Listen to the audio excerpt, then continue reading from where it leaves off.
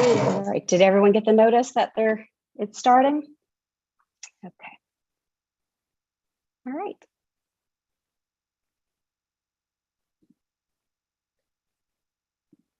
Okay, let's get going. Everyone can see and hear okay? Yes. All right. Okay, so we're going to go ahead and call to order 7:03. I'm just going to read the script because I'm still pretty new at this, but I still read the script. thank you. Thank you. Welcome to the October Maryland Go Team meeting. I'd like to remind everyone that this is the meeting of the Go Team. Only members of the team may participate in the discussion. Any members of the public present are here to quietly observe. For members of the Go Team, please identify yourself when you speak. I'm pleased to call this meeting of Maryland's Go Team to order at 7:03. Our first order of business is the roll call, and the secretary will now take the roll. Please respond present when your name's called.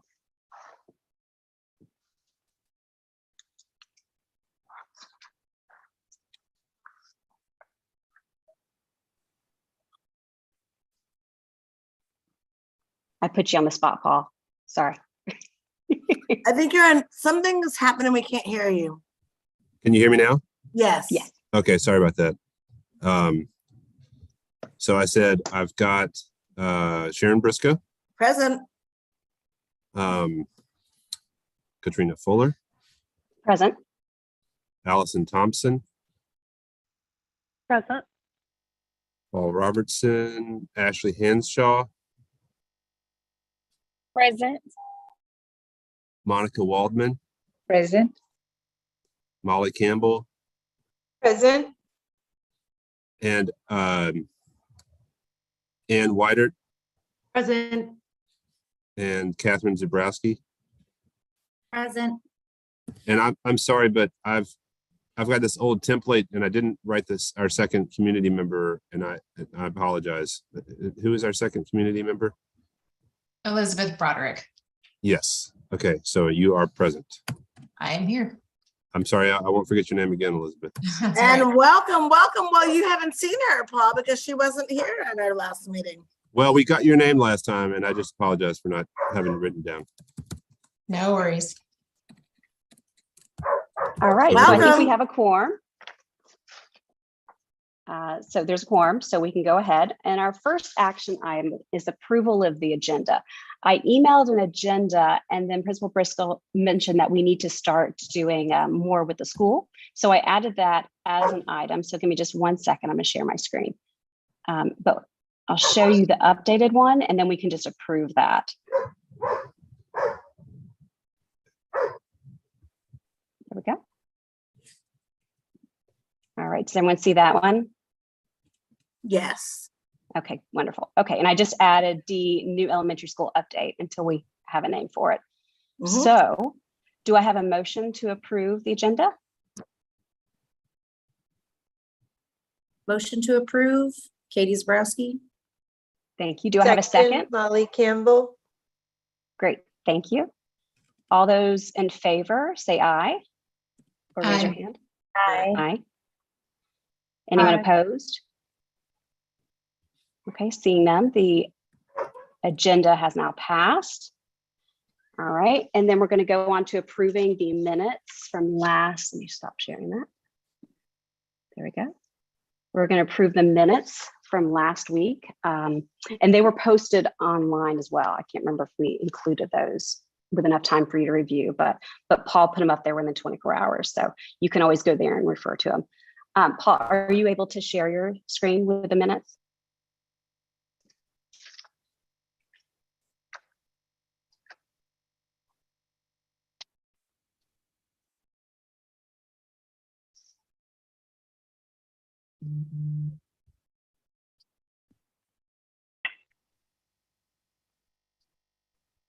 I know it's a lot of pressure. I'm sorry, Paul. Sorry.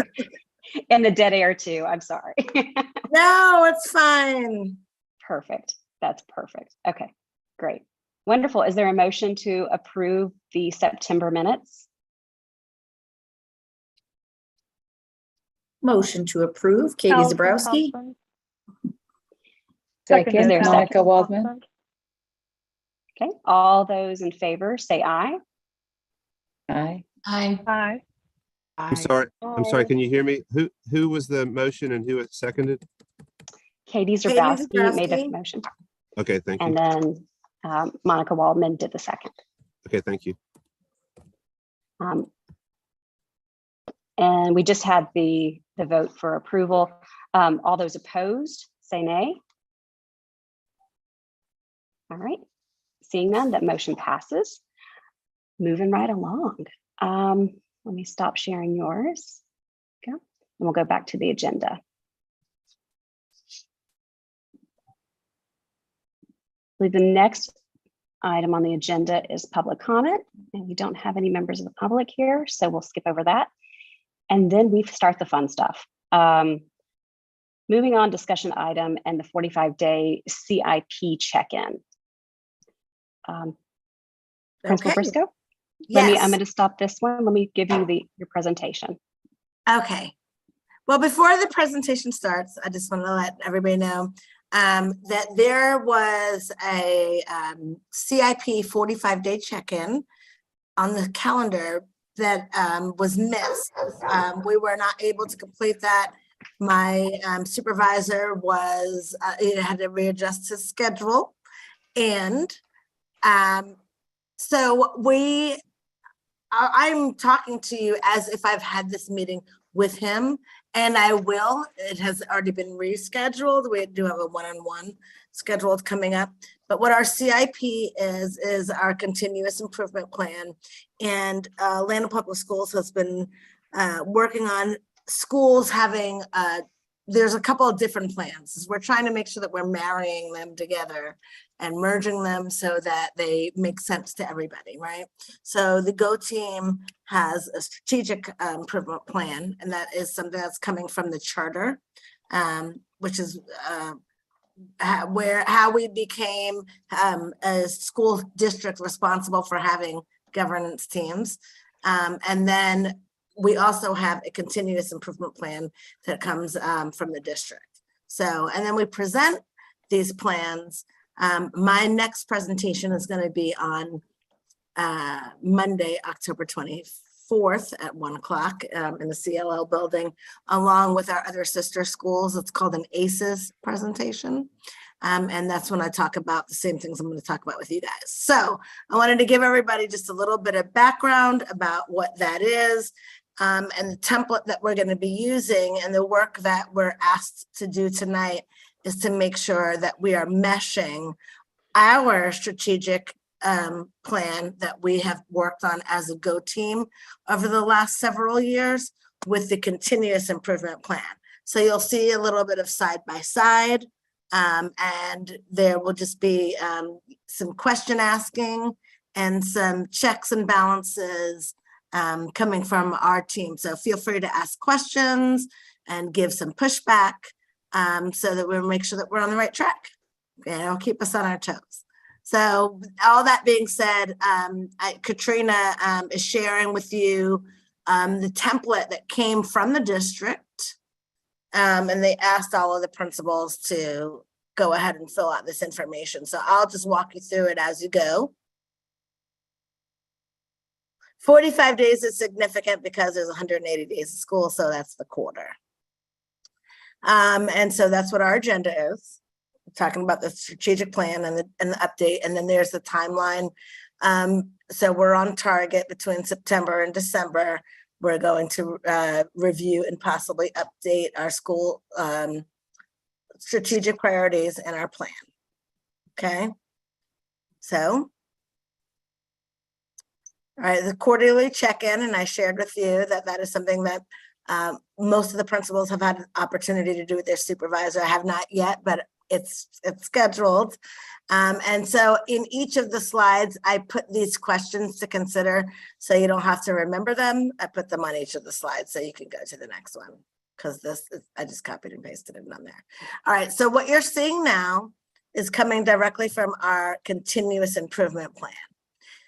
Our continuous improvement plan is asking us to create SMART goals, and SMART goals are goals that are able to be measured and they're timely and they're realistic goals, and there's data attached.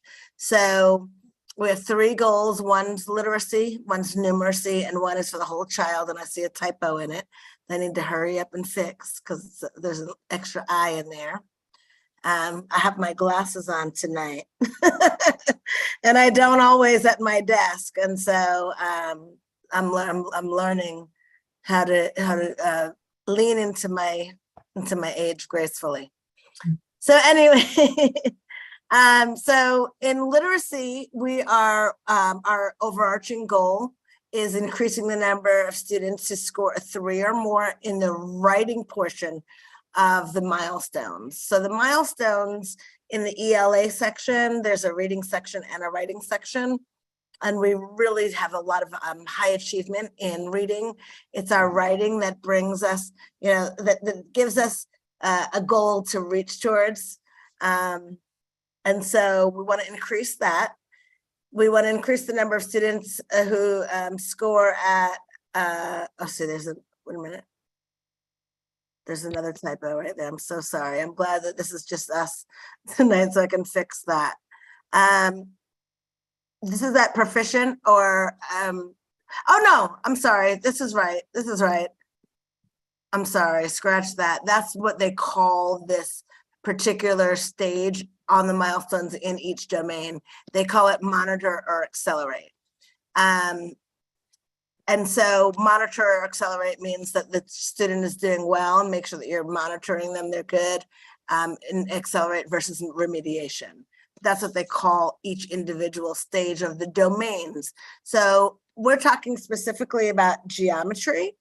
And just to give you a sense of what that looks like in other areas, there's an algebra domain, there is a number sense domain. And so those are the things that are broken out into the milestones scoring. And then the last thing, we're talking about the whole child and student support. And I don't know if you're able to fix that I in there. You might be able to tap into it since you have the actual PowerPoint. Oh, no, maybe not, because it's probably because it's in this mode. That's fine when it's in slideshow. But anyway, we're talking about the whole child and the student support portion of our goals because we are focused on the whole child and it's not just about, academic achievement. And so we want our students to be able to be intrinsically motivated. And I know every parent on this call knows what I'm talking about. So we want to get the students to create goals for themselves. And then we also have the wraparound service of the Mary Lynn Care Team, which consists of our MTSS, our social worker, our counselor, me, and our assistant principal, Ms. Benton. And that is to increase our attendance and to assist students who are exhibiting signs of anxiety or other forms of struggle that are like behavior or emotional and not just academic. And I'll talk to you about how we get that information. I do want to just pause really quick because I mentioned Ms. Benton. For those of you who don't know, Katie, tell it. Ms. Benton was recognized today for being one of the top 3 finalists for Assistant Principal of the Year for Atlanta Public Schools. And they came to the school. I always say they, there was probably about 12 folks from downtown today that came in with pom-poms and pictures and celebrated Mary for being one of the top 3 finalists. So that's a really big thing. And it was really exciting. It was really exciting. There were tears. I've There never were seen tears. Mary Benton in 14 years cry, and she definitely shed some tears today. It was awesome. Yeah. It was awesome. Okay, go ahead. All right. So, Can I ask a really quick question about Yes. that slide before we move on? Sure. And it's just to make sure that I'm understanding that last box with the whole child and student support has 2 things. Are they Yes. actually 2 separate things, Yes, they are. or is Completely separate. got it? One is academic achievement. but it's about students being able to be supported in setting goals for themselves. The other one is about their emotional well-being. Yeah, I just wanted to clarify that it wasn't increased attendance and, address anxiety that was like related to those tests. Oh, no, But it no, was no, no, no, Separate no, and overall. no, absolutely, yeah, no. Okay. Next slide. Can I just say, I just want to say congratulations to Miss Bennett. I tried to hit unmute and it went through the slideshow. So sorry, I just want to go ahead to let you know that I wasn't rushing along those congratulations. Oh, yeah, no, oh, no, no, no, no. It's like, Yes, oh no, I've I'm- gone through yeah, everything. yeah. Yay, yay, Okay, yay to Mary Benton. Congratulations. Yeah. Yes. Okay, I'll go back through to the next slide. Hold on. Okay. All right, so this is the slide about increasing this score on writing. And so what have we been doing? And so I was gonna read these slides, but I have decided to call on my other colleagues who I work with, and I was gonna ask Ashley Hanshaw to talk a little bit more about what's happening in ELA, and for Ms. Campbell, Molly Campbell, to talk a little bit more about what's happening in math as relates to what's going on these slides. And so Ashley, I want to talk about Right Score for just a second. So if you could just tell all of the people what Right Score is and what you guys do, or you know what, it might be better. Well, you can, because I know that you guys started it this year. Have you had any conversations? I'm sorry, I'm switching over to the computer right now. Okay. we Okay. had- Take your time. Take your time. And listen. I'm kind of putting you on the spot, but I'm also not, because we all do this work every day. And so I want to make sure that that you guys get a chance to share your perspective as well, because our coaches are amazing and they're constantly working with our teachers on in these areas. So. Right. So we definitely have had conversations about Right Score. It also has engaging lessons and materials for. Can you tell them what, so just so everybody knows, Right Score is an outside company that we use for students to take writing samples, and then we send them out for a less it's for a less subjective and an objective point of view from other educators who not only score, but then they also provide feedback about what they see in our students' writing. And it's a service that we are currently use that is paid for by the district now, but we used it before the district paid for it from our foundation. And I think that that's important to note because they've always kept us at the forefront. Okay, go ahead, sorry. Well, you summed it up. Yeah, yeah, but I want you to tell them about what you guys are talking about it in how it really actually looks in your class. So when we are discussing writing, we talk about the different components, and we use Right Score to help drive our lessons as well. So it provides a plethora of information for us to engage the students along with implementing Lucy Calkins. So it helps us to brainstorm and get the students to think about how to I'm sorry, form complete sentences and get a chance to and have the kids to edit and revise their writing. Pretty much that is what we are working on. So right now we're working on informational text, getting the kids to generate ideas about things that they know a lot about. And so we have been using Right Score to help us. That's pretty much it. Can I ask a quick question? So is Right Score more like, are we talking about what the writing actually looks like? Like, are you analyzing the handwriting? Are you analyzing? No, if they're able- No, Okay. it's content. No, not Just the content. handwriting. Yeah. Okay. No, nothing to do with handwriting, all about content and being able to cite text. So like when students are asked to, I mean, this is really a high level skill and our students are actually amazing at it. They actually have to like maybe read 2 texts and then compare them and write something about what they have read and be able to cite the text. Mhm. And how many of these assessments will they have a year, and what's the turnaround for them?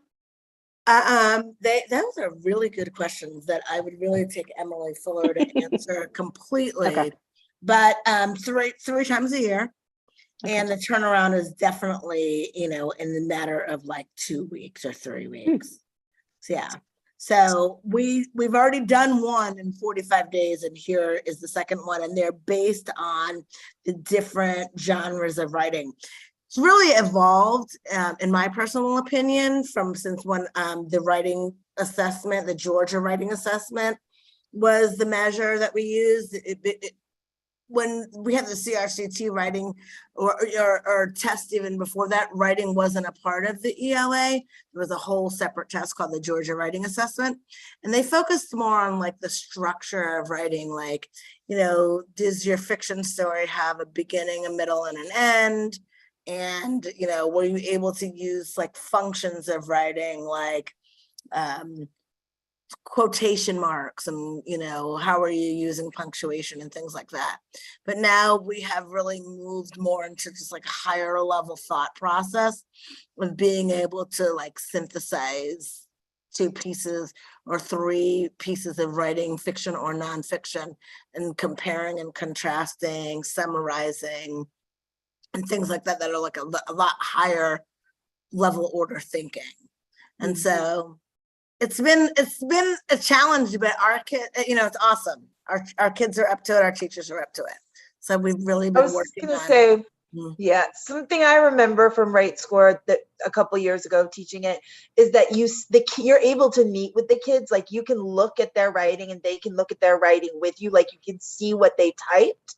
And so there's a lot of meaningful conversation around like how much they wrote, how deep they wrote, Yeah. even like how many sentences they wrote, and what would be a reasonable length to describe something.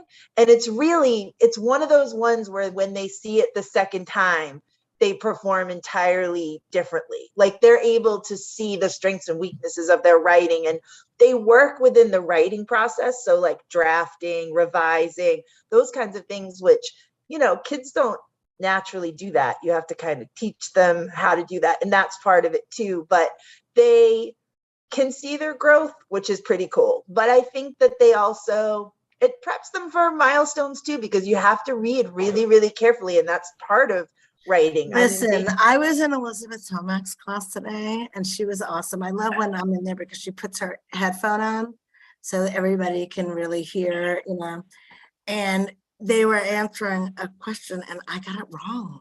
And I was like, wait, what happened? She was like, if we refer back to the writing, Ms. Briscoe, you'll see right here in this paragraph, this is the clue that I was like, oh my goodness. And it was awesome. So anyway, thank you. Next slide.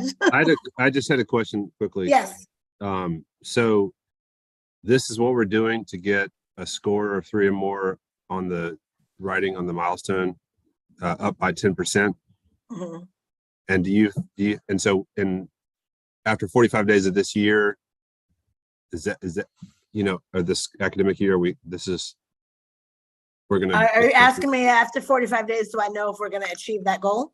Is that what, are you feeling comfortable that this is what we need to be doing? I mean, I feel like we're definitely on the right track. And I think that all of the things that we're going to talk about tonight and just in a school in general, it's Right. not going to be one thing. There's not going to be a magic bullet for anything.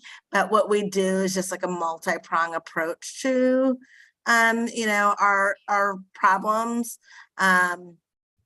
I hate to say That sounds problem. great. I hate to say problems because we really are doing very well academically, but we have to be really intentional about thinking about how we're gonna move.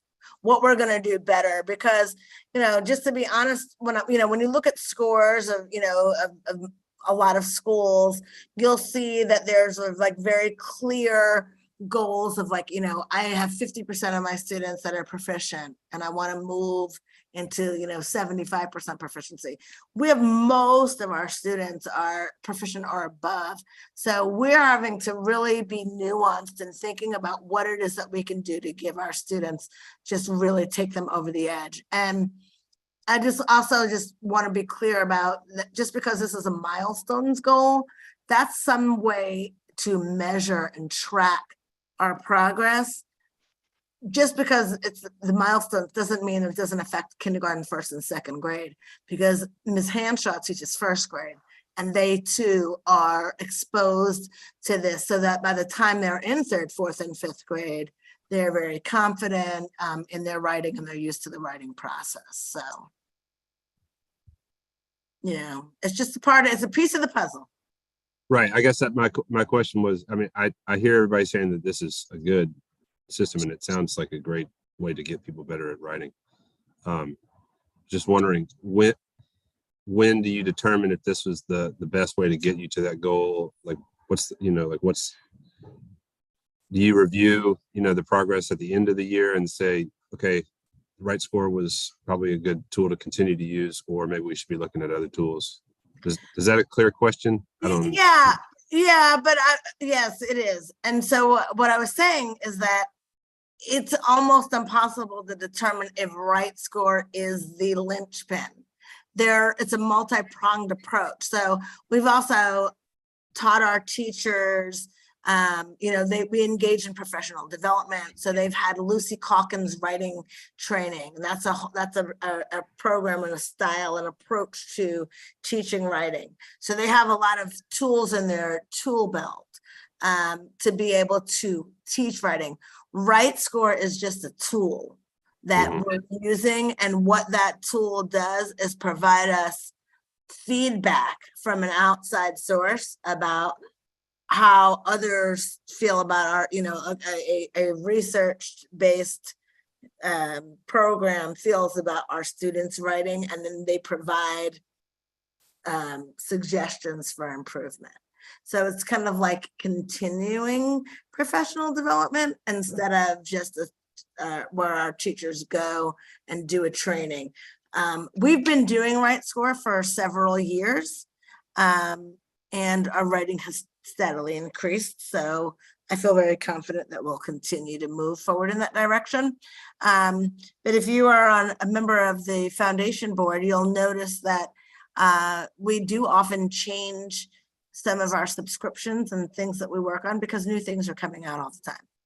And we want to be cutting edge. So. Thanks for the answer. Yep, no problem. All right. We got math, and I'm going to ask Molly to talk a little bit about this. So for math, again, similarly to ELA, we really wanted to take a layer off of the onion to see what is happening. We're doing well in math. Our students have made achievement gains. They've made growth gains. We have to have a measure. We're using the milestones again. And we want to increase the number of students to score at Monitor or Accelerate.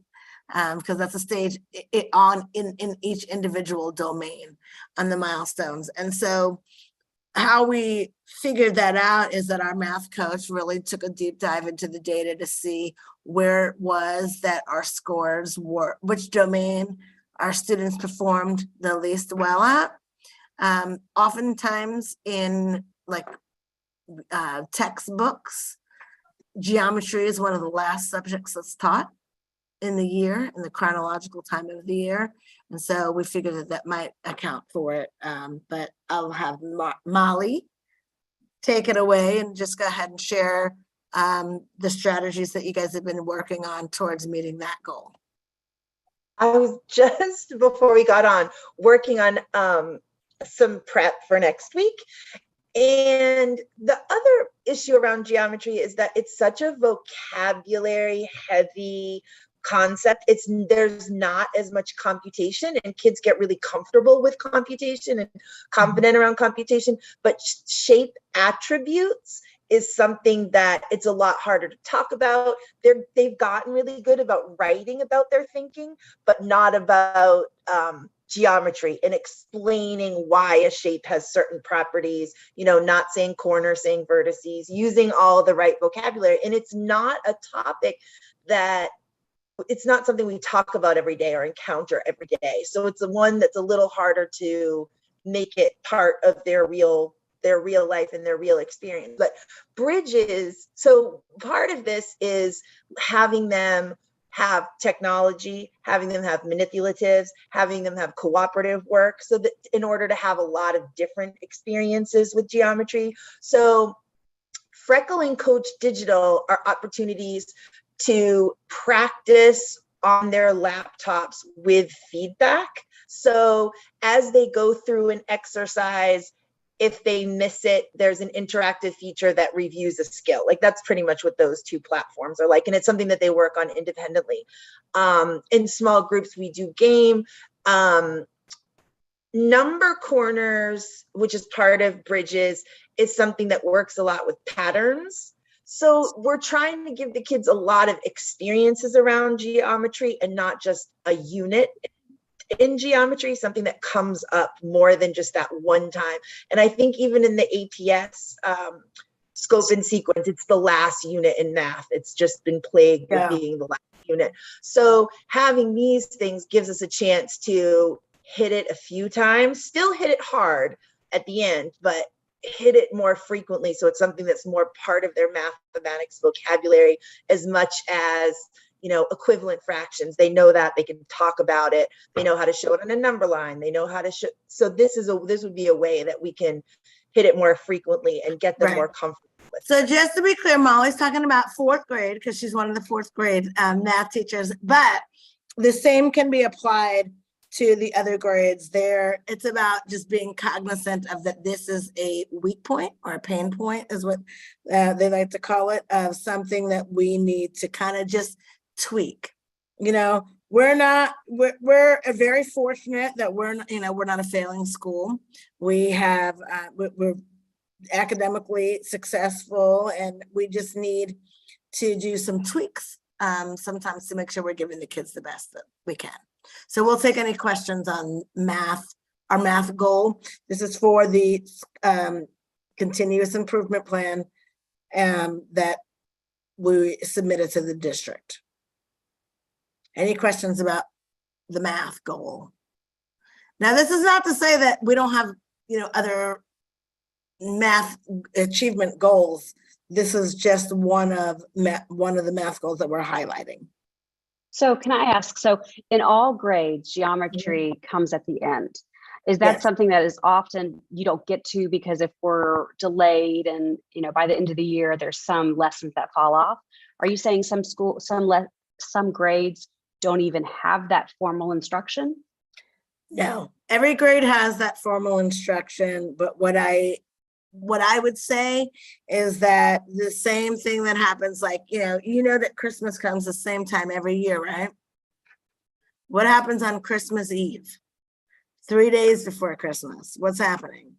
You're like, oh man, I want to get this one last piece in. It's coming at the same time, but it's where you follow the scope and sequence in the curriculum, and sometimes you get behind, and sometimes the scope and sequence actually ends before the school year, because when we assess our students, we haven't completed a whole year of school. We assess in April, but we don't finish until the end of May.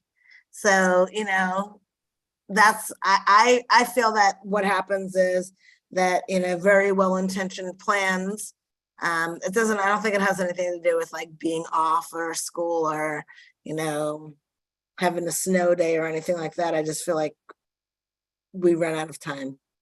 And I guess for other schools, they would be with the same books that we're using and same lessons. I mean, how do you guys, when sharing information, like what techniques are they using other than just like relying on this intervention block that we're doing and like freckle and those. I mean, is there another solution out of that? Because that's going to go away after this next year, right? Is this the third year of intervention? So this doesn't, no, it's the second, but this doesn't have anything to do with the intervention block. This is just in regular class time and work. But the slide I'm looking at, it says during, the intervention block, teachers are beginning to review the previous grade. So when that dedicated time to review, goes away, how are we going to be able to take? So we still have dedicated time. What we're just trying to do is maximize the use of our time. Our teachers still and always have and will continue to always have, as long as I'm there, they'll have common planning time where every grade level teacher has a planning break at the same time. And we use those planning breaks for various different things. This year we have an additional time.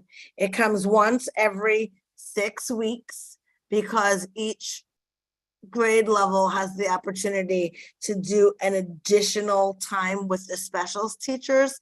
I don't know if your kids have talked to you about that, but that is the specific time that teachers are able to get together to talk about things that are a little bit different that they might be talking about during their regular planning time. Can I just say one more quick thing, just as reassurance?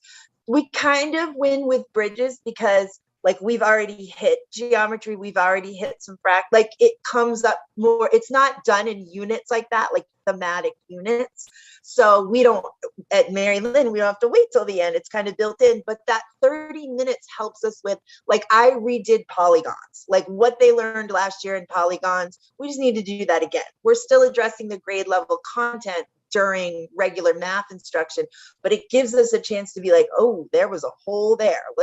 This is a time I know that I can go back and pull some kids or have some activities prepped to review stuff that they may have missed, or in a lot of cases, extend what they know and start hitting some of the 5th grade standards. So it's still in there, but we have used that 30 minutes when we are working on math to focus on geometry rather than say fractions or review of other skills from 3rd grade. So I feel like we're on the up and up here. I think that's just maybe one of my concerns because during the intervention block, a lot of kids are really still trying to play catch up. So if we're relying on the intervention block to do new material and to advance. So at Mary Lynn, we have very, very few students in the intervention block that are actually in intervention. The large majority of our students are in enrichment. And you have to qualify for intervention based on your previous year's MAP or milestone scores, according to what grade level you're in. So we literally have 14 children that are on these specific prescribed programs from from the district in each subject. That doesn't really. I think our main, from last time going over the milestone, the group that we are failing right now are the ones that are needing the intervention. We could grow them faster than we're growing, so we have growth in the others. Well, I don't think that we're failing any groups. Failing might be too strong of a word, but I definitely see we can have more growth. I think that's what we talked about, that some of the kids that are lagging behind are the ones that, are in the red zone. They're not getting the growth, the proficiency. So I'm just concerned with us. Just to be clear about, there's a difference between achievement scores and growth scores. The students, there's not really a correlation between our students who qualify for intervention and their growth. We have a lot of students who are in intervention that have very high growth. We also have students that are very high achievers that have low growth. It's very individual and personalized, and it's about how each individual student is being challenged. So there's not a group of students who are having low growth that we can that we can join together as having like a common thread of lower achievement and low growth. It's really it's up to the individual child. But there's not a group that is being failed, but we can see more as we move through the So then help me, what am I thinking about when we look at all those MAP scores and we have the green, the red, and then we look for those, the next time, the next scores, then we look to see how many are proficient, how many are excelling. Okay, What is that though? I might so be a bit that's confused. achievement. That's achievement. Okay. That Alright. is, so achievement is like, this is the bar, right? Yeah. So when you get if you're either not meeting at all, you are developing, you are proficient, that means you're above the bar, and then you're Mhm. distinguished, okay? So you can have all what we want to do is have as many students as proficient as above as possible. So currently we are #1 in the district for having students above the bar of achievement. Currently, we are one of 8 schools in the district that has higher achievement scores this year than we did in 2019, before COVID, when the last time we tested. So our students are achieving at a rate higher than any other school in the district, okay? Right? Then there's growth. Growth is very important because you have to determine where a student came from, okay? We have a lot of students that start off high, and they also, we want to keep them high and raise them higher. But there are some schools that have a lot of students that start off really low. Well, if I start off I'm using 100 scale. If I start off at a 40 and I make it to a 60, I've grown 20 percentage points in a year, but I'm still failing. If I start off at a 90 and I grow 3 percentage points, have I done, which teacher has done better? So the way that they measure it is that they take all of the students who are in a similar performance bracket, and then they rank those students against each other. And that's how you determine growth on a standardized test, right? So I'm going to take all the students that are already performing here, and I'm going to measure them against all the other students that are performing here. And if my students aren't outgrowing them, then they have not made average or adequate or above average or low growth or whatever they make. And those students are not going to be compared to students who started here, because even though they may grow significantly, their achievement hasn't hit. So on the CCRPI, growth actually counts more than achievement. So that's amongst So is the this, other kids and not like individual. We're monitoring where they were and we're seeing where they go to. You're That's staying amongst achievement. the similar groups. Right. Gotcha. When you see Okay. right, that's achievement. Great. So if Okay. I had a 50 one time and then I got a 61 the next time, I made achievement. But was my growth, all the other kids that got a 50 the next time, did they get an 82? Or did they go down to a 41? So now I'm measuring myself against that. Does that make sense? That does. Thank you very much. That's great. Okay. All right. And then the last so, slide. Allison? I read this slide and I just want to make sure I'm reading it correctly, because it's worded that we will be focusing on increasing the number of students who score at particular levels. That Mhm. reads to me like it's focusing on achievement, not growth. And I just want to make sure that I'm reading that correctly. And then also have sort of maybe a corollary question, because I just want to understand how we're going to measure this, because the Yeah. previous slide, we had a percentage that was being targeted, and this is just an increase. Yes. So So- I guess that's 2 questions. So yes, this is measuring achievement. This slide is showing that we're going to be increasing the number of students who score in a particular area on the milestones. And so it is an achievement goal. And then what's the second question? Well, just how we're going to measure that, because, you know, this, unlike You're gonna the measure ELA it by where it's looking at time- the, you're gonna measure it by looking at the previous year score and then the current year score. In Well, I that, guess, but my question is, it just says increase, but no particular amount, whereas in ELA, the target was, you know, increased by 10%. So I'm just Okay. wondering if that means Right. that we'll consider it a success, you know, if one student more than last year makes it, or. yeah, so that's something that we can definitely look at in increasing on the actual continuous improvement plan. They ask us for, I show actually what the geometry scores are in that particular domain.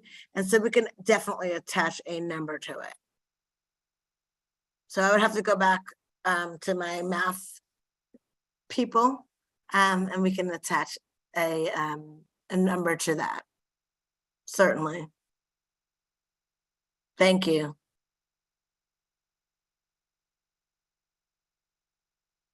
Okay, anything else about math, our math goal? All right, and then here is our whole child goal. And again, this is for the, not our school improvement plan, but our continuous improvement plan from the district. So we're talking about students' intrinsic motivation of setting goals for themselves. And so our teachers were trained on the planning day in MAP goal setting, and that is the company that provides the service to the district. And then we are following up by grade level to ensure that each of the students teachers have guided their students into setting their growth and achievement goals. You know, oftentimes we don't talk to students about the goals at all.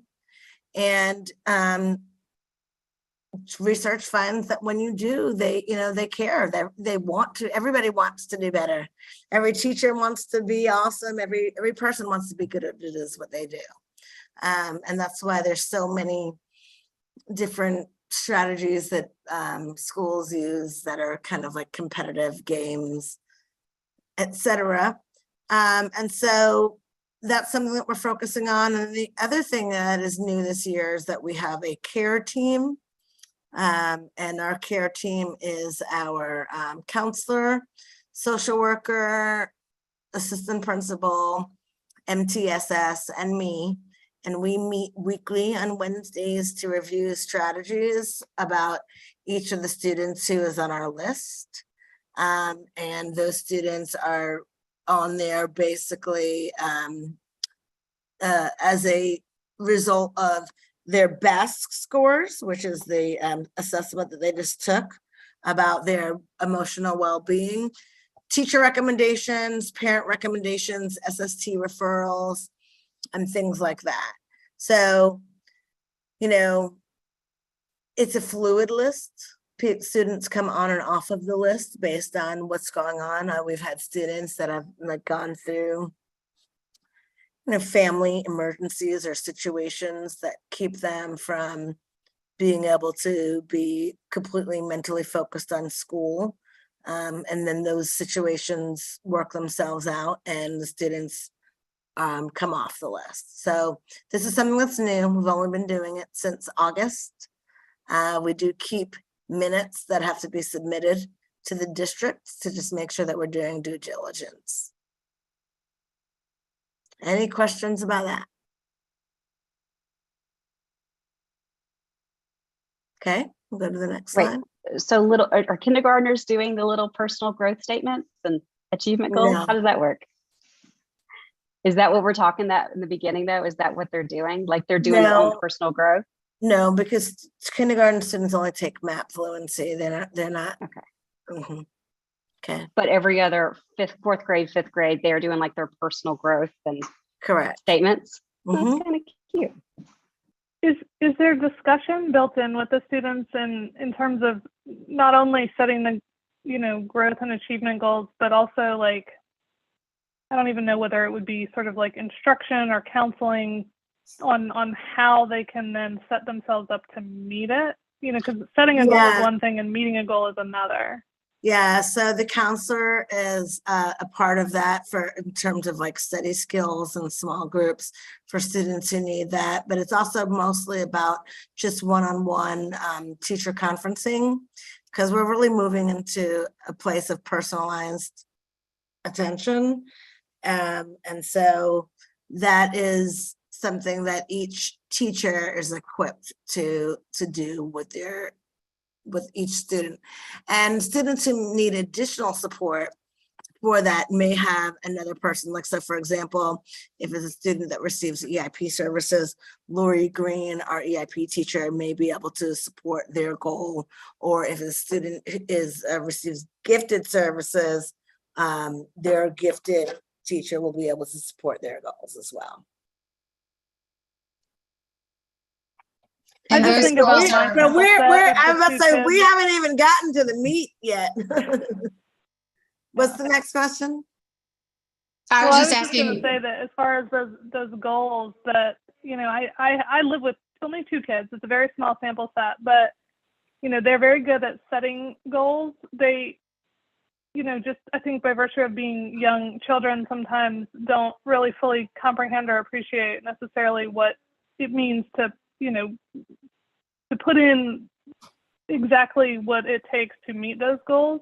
Mhm. So I guess that was kind of my question, and I think you answered it, but just in case there was anything to add, you know, like just making I mean, sure that it's we're not something just that's- setting these it's kids something up to that's- set goals and then not know how to. Yeah, execute it's it. something that's monitored by the teacher. The teacher is going to be talking to the students about that. Molly, I see you came off. Yeah, I was gonna say, that's actually been the SEL focus for the past couple of weeks. And practicing Okay. setting goals like as a class, and then how do you do it? And that's just been the SEL theme for the past couple of weeks. It's kind of like executive functioning. You have to teach people Yeah. to accomplish their goals. You have to teach people, you know, everything. Like you have to teach a child how to load the dishwasher, you know. So those are skills that are outside of academic skills, but they're more of like growth goals and just like people skills that we're working on. Yeah, that's great. Thank you. Mhm. Okay, next slide. So Wait a second, Elizabeth, I think you were trying to ask something. Oh, Did you I still was have just- that? yeah, I was just curious as to which grades we're doing the goal setting. I know you said not kindergarten, but what grade does it start in? 1 through 5. Thanks. Sure. Okay, so this is our strategic plan. This is actually where the work goes. So I hope everybody is really clear on the difference between these two documents, because that is, you know, that's what the district is asking us to do, is kind of marry these. So they're going to ask us if you want to, I mean, we could read this, or you could also move to the next slide first so that you can see what the questions are, and then we can look at it with the questions. All right, so the only reason why ignore the blue part in the middle, one of our coaches gave us the answer, and so it's kind of cheating. But it's asking us to review the priorities and goals that are in the strategic plan, reflect on if the expected progress is being made, and do we need to update our school strategic plan? And then if you just go to the next one. I think is there one more after that? Okay, no, that's it. Okay. So what we want to do is, what they asked us to do is to kind of look side by side at your strategic plan and your continuous improvement plan, and to see if see the orange question, are all of those goals that I just talked about reflected in our strategic plan? And if not, which of those previous goals are missing and we should add to this one? And then it asks about the progress that's been made, and then are there any other adjustments? So the first question we're asking ourselves is the goals that I just referred to about the writing and the geometry and the whole child goal, are we addressing any of those in our school achievement and school improvement plan? The answer is very likely going to be that there's a lot of gaps because they're completely two different documents that we've been working on each for 5 years at a time and have been fluid. So what they're asking us to do is to kind of close these. It's very unlikely that we'll get that done tonight, but the good news is that we have through December to do it. So I don't know, Katrina, do you feel like we should read through them, or what do you think the best way to? Can I actually ask a question? Because, if I think about what the CIP goals are, certainly for math and ELA, I would think that those do fall under fostering academic excellence. So to me, there is some alignment there already. And so is it just that the level of specificity around what the strategies are that needs to be joined together? So Elizabeth, I'm so glad that you asked that question as a new member. So really and truly, the Go Teams focus is really on the priorities, and the school is responsible for Right. determining what those strategies are. So it's not that, the Go Team has a hand in the day-to-day operations. Right. It's more Right. so the overarching goal. So it's a great question. And yes, I agree. That is fostering academic excellence for all, because we're looking at data to inform instruction. Yeah. And we are, or data, and we're adhering to the scope and sequence. And so that might be when I'm looking at that right there, that might be something that I would consider doesn't necessarily align, because we were just talking about how the scope and sequence keeps geometry at the end. And we know that geometry is our pain point. I see. Okay. So I might tweak that priority to say, instead of adhering to the scope and sequence, I might say ensuring that the scope and sequence is completed and reviewed by, I'm struggling for the language, but by the time that the students begin their standardized assessment. Mhm. So I don't know if that makes sense to you. That's something like that. Yeah. That would stand out to me, that might be something that we would want to tweak on our school improvement plan. Okay. Thank you. I guess I was thinking with the broad umbrellas, I was like, oh, I think we've got this covered. But Yeah. there's a No, I little mean, I think specific- the broad umbrellas we do, but I do if we're talking about the nuance, again, we're not a struggling school. We're doing great, guys. We should be really, really proud of ourselves. I'm really, really proud of our teachers, of our parents, of our students. I mean, we are not taking names. We're doing great. But we're tweaking. And so I don't know, does anybody else on the school side see maybe the nuance where it says adhering to the scope and sequence might not exactly align?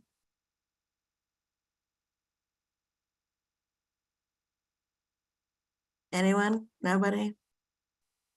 I'm not on the school side, and I feel like I just keep talking, so sorry guys. But that part, and particularly looking at geometry, it does also say and supplement with other resources.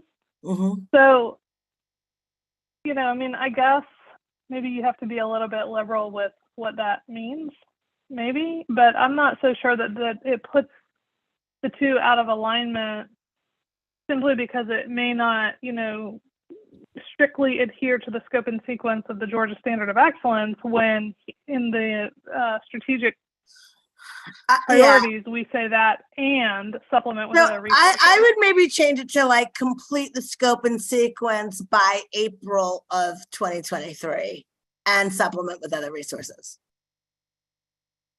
Because that's the whole point. We want to make sure that we're getting to all of the standards before the students are assessed. And what Molly is sharing, one of the things, so one of the school strategies that we could add is not just holding the monthly data digs and the weekly lesson planning. We could also add in there, oh, wait a minute, hold on, let me catch what I was trying to say. Oh, like actually talk specifically about what the resources that we're using are. I don't know if that makes sense.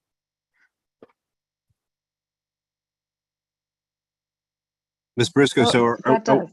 I'm a little confused about what our task is right now. We're meant to be Our looking. task is to review our strategic priorities and initiatives and then determine whether or not they match with the continuous improvement plan and make any tweaks to this plan that we're on the page right now. We need to Yeah. consider what it is that I had to already submit to the district, because that's what I submitted to the district. They've approved that as these are the goals that Mary Lynn is going to be working on. So what we're trying to do is make sure that our Go team is comfortable with those being, if those are the goals that Atlanta Public Schools has agreed to, does what we say on this paper match that? The So- goals that you've just been, that we've been just discussing. Yes, And there's three right, because areas. there's the CIP, the continuous improvement plan, and then there's the Go Team strategic plan. I know it's clear as mud. It's a little bit clearer So now. do we have to touch the SMART goals? Like, do we need to add your CIP goals into the SMART goals, or do we just kind of We leave those don't alone? have to do that. We don't Okay. have to do that. What we want to make sure is that our team is comfortable with what we have as our strategic priorities and initiatives. Do we feel that what we have on this paper that we've been working on for the last several years, and we've just been tweaking it each time, we want to make sure that this is what we're doing? I mean, from my very like early perspective, it feels very well aligned, maybe with that one small tweak that you suggested, but Yeah. I feel Well, like listen, we're going to be the most critical of ourselves. We could all just say, "Oh, looks great. Good night. It's 8:00." You know. But I just want to make sure that we're doing our due diligence. So thank you, Elizabeth. Yes, I agree. I think that I 100% believe that we're moving in the right direction. We're doing a good job. You know, I know that we're mostly focusing right now on academics. We haven't really touched any of the other four main buckets that are also given to us by the district. So, I think from our end, it sounds like what Elizabeth is saying, like, I agree. All of that would apply to everything we just discussed. I think Okay. within each slide, you had some details that would be helpful to add some more meat to the school strategies, like you were Okay. just going through with number 2. I mean, I think that would show well on this, especially Yeah. for all Yeah. the parents, because they see these terms, and then if you go Yeah. into school strategies, they'll be like, oh, like the writing program you're talking about. They would love that in there, a little description. So like one thing that makes me just like, I like the check and balance, because like this is one thing that makes me just feel really good and proud about the work that we're doing. I'm looking at what Ms. Campbell just said. Number 4 on building a culture of student support. And it says dedicate 15 protected minutes for morning meeting and second step lessons that focus on social and emotional growth.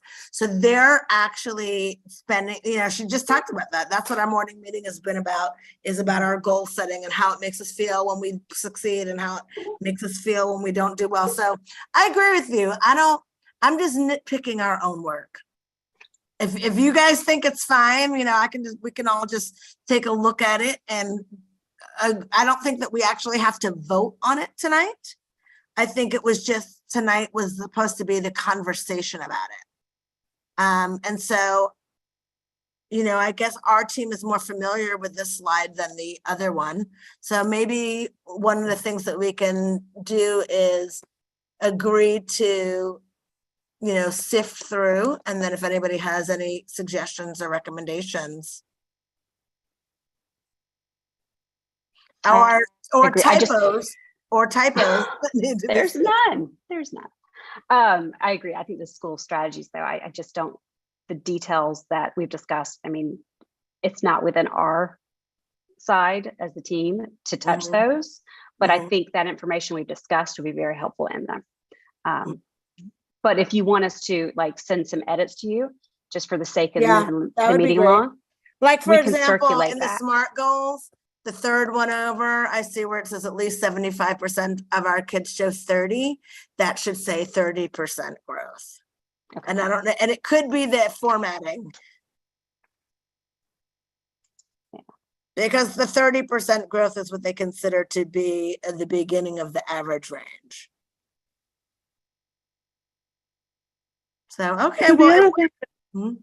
well, I also noticed, and I just want to again clarify for purposes of like comparing these two, like in the SMART goals, there's this focus on, grades 3 through 5, and I think I understand why, but I feel like in the CIP it was broader, and I'm just Mhm. wondering if that's the kind of thing, like, are we trying to marry it that specifically, or, I mean, from my perspective, having the CIP be broader is better.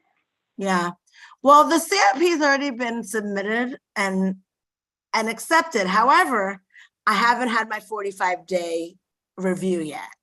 So that might be some similar feedback that my supervisor might give me, and I'll report back. I like it broader. Sometimes when you are working with really, really high numbers to begin with, when you start putting percentages on it, we're at 92. Do I want to increase by 1 percentage point, or just, do I want to do better? I don't know. Is one kid going to make the difference?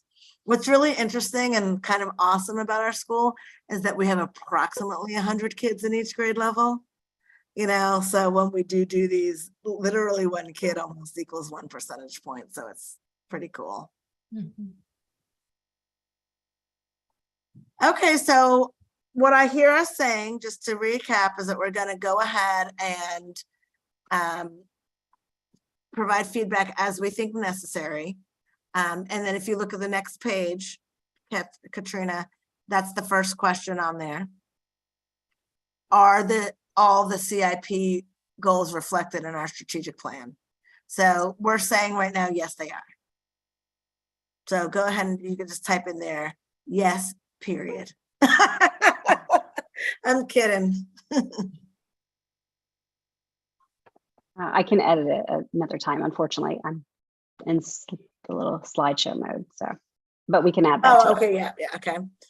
And then I told you one of the coaches was reviewing for me, and she was like, let me just fill out this space. And I said, no, we don't need that. But I said, I'll keep it in there as a guide.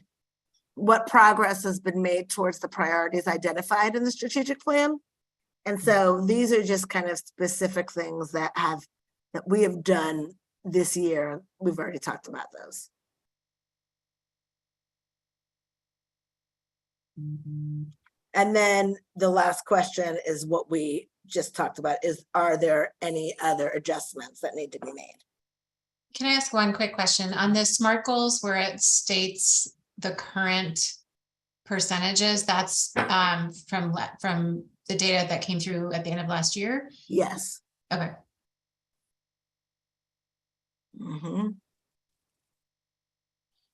Okay, and I think that's it, Katrina, for this. I think it just gives us the timeline for the next meeting and what the focus on that is going to be. Oh, we skipped one. So for the next time we meet, we need to make sure that we include any changes or updates, accountability measures. I can assure you that we hold ourselves more accountable than anybody else could ever hold us. It's hard to be at the top because it's, where are you going to go?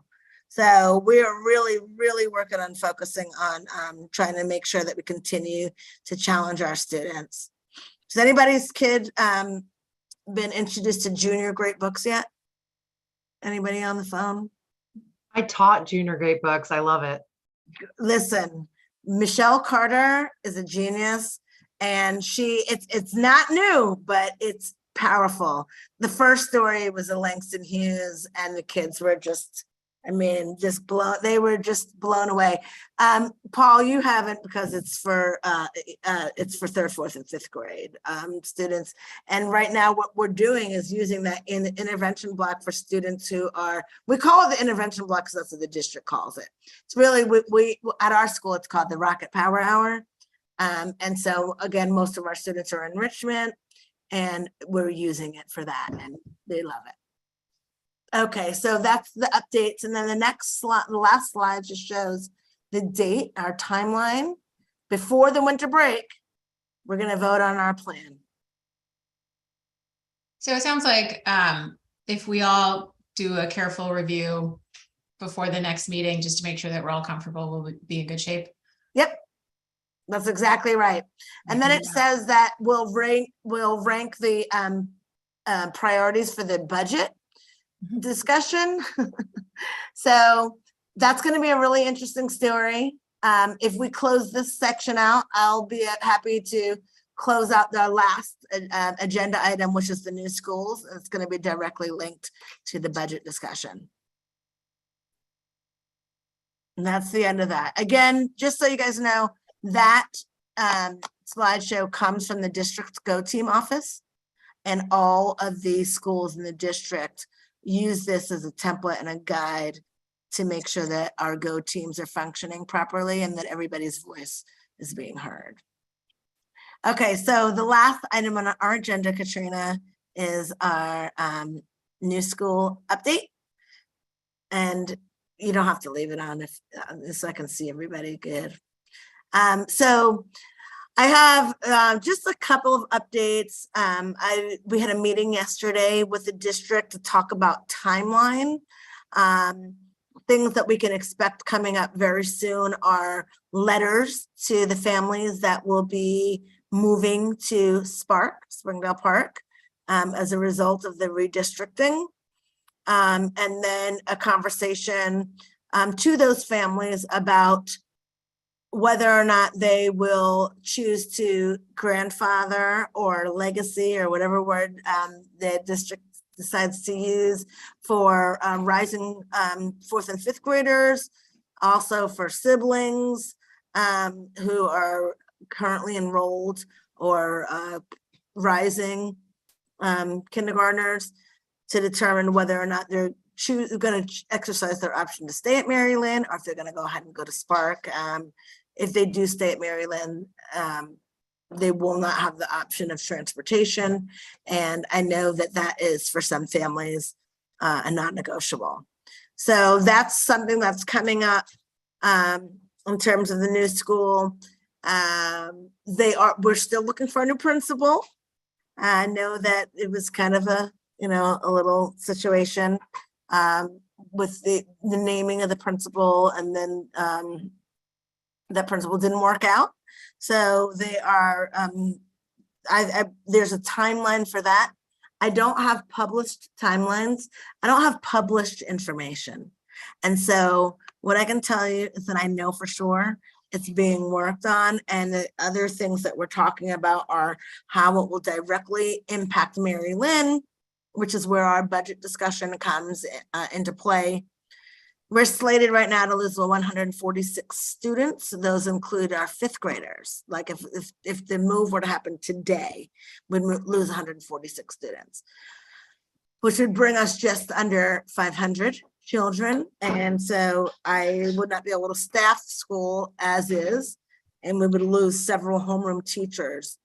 And so the conversation is about what the per pupil figure will look like as a result of the loss of students, which teachers will be eligible for hire at the new school, and what the criteria we'll be using to determine that is. I'm really much pushing against using seniority as the main guide, because a lot of principals spend time finding good new talent and fresh ideas to schools. And so we're talking about what the potential qualifications or, things that will have teachers be eligible to, or not eligible to stay at the school, and how they'll staff the other schools. So all those timelines are coming out, and that will affect our budget. We currently have a full-time assistant principal. We have 2 coaches, a humanities coach and a STEM coach. We have a STEM program specialist. I'm sure that your kids have talked to you about STEAM Lab. Have they?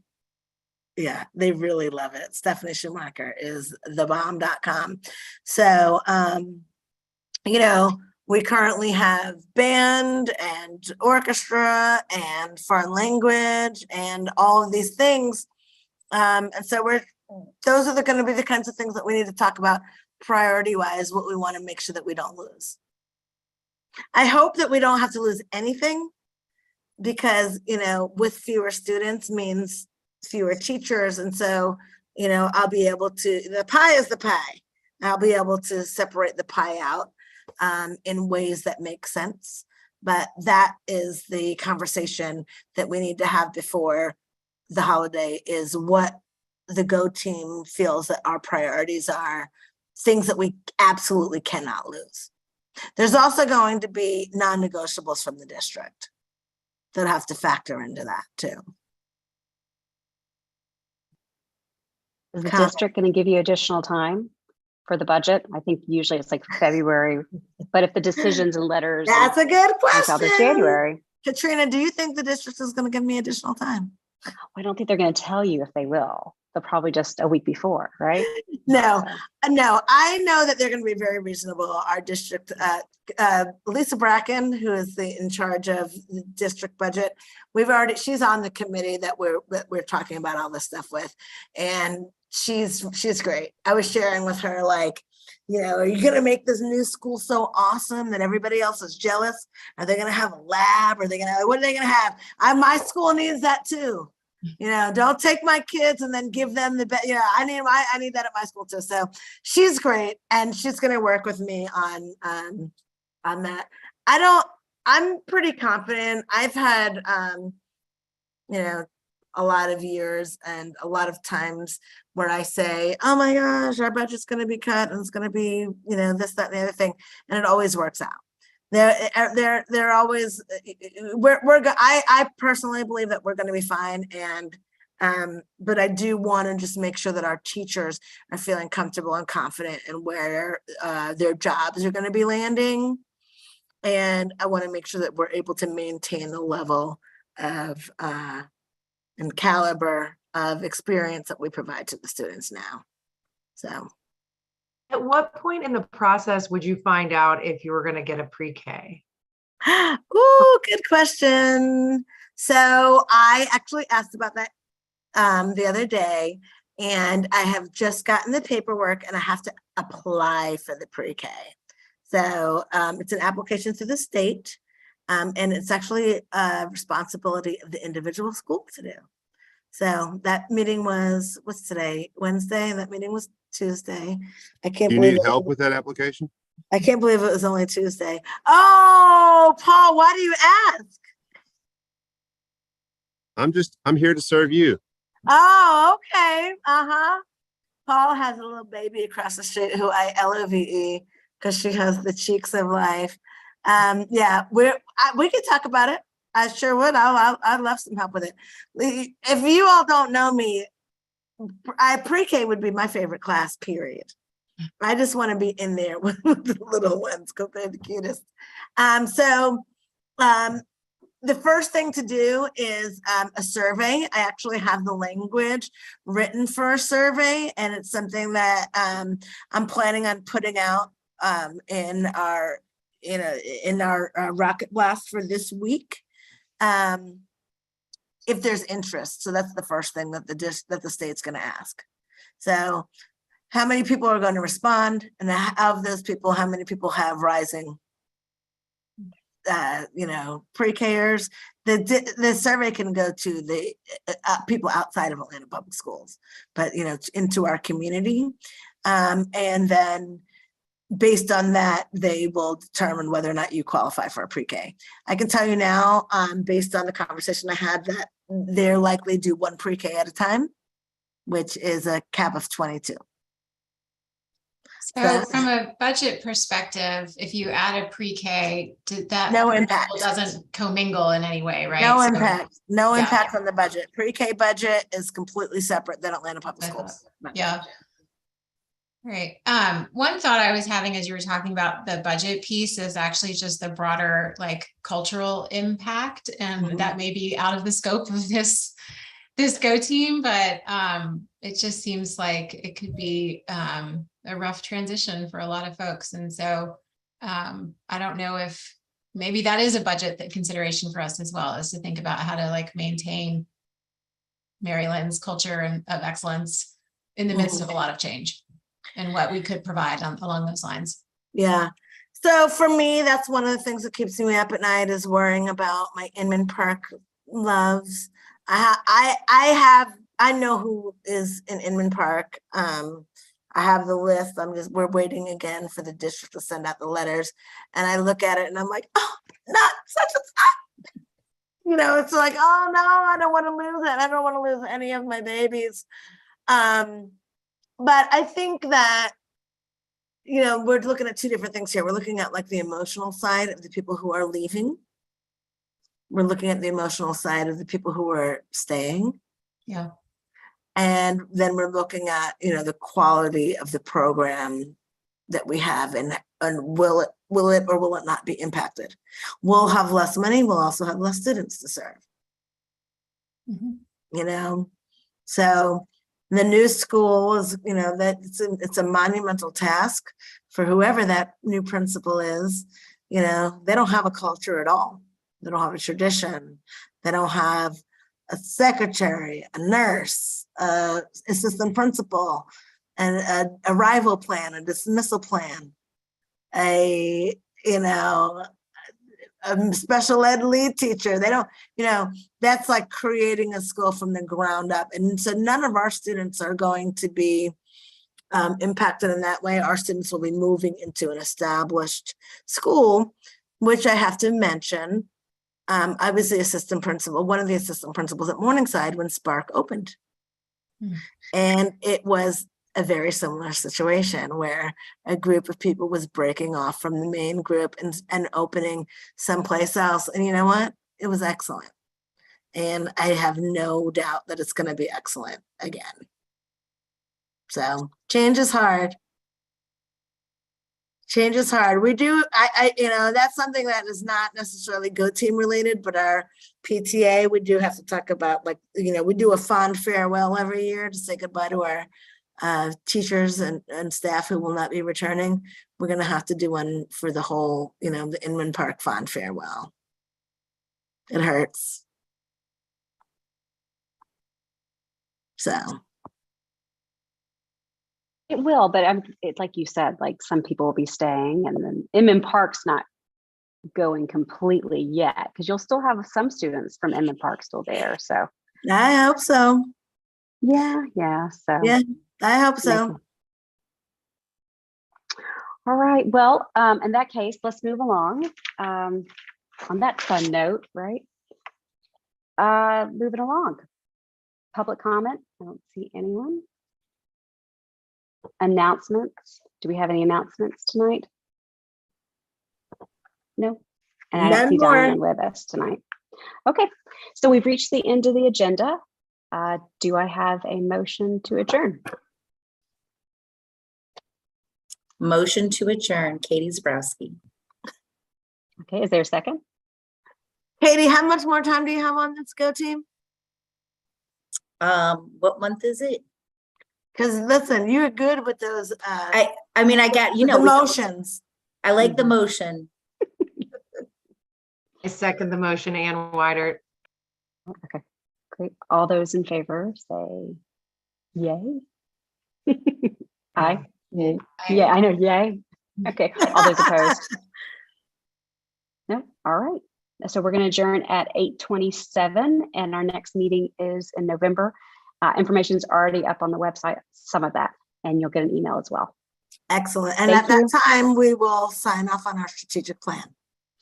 Yes, that sounds good. We'll go ahead and Okay. I'll send some information out just so everyone, any thoughts you have, just put them in an email and send them to us and get the ball rolling on that. And that will help for our next meeting probably. Great. All right. Thank you so much for volunteering Thank you, your time, everyone. everybody. Thank you. Thank Have a you. good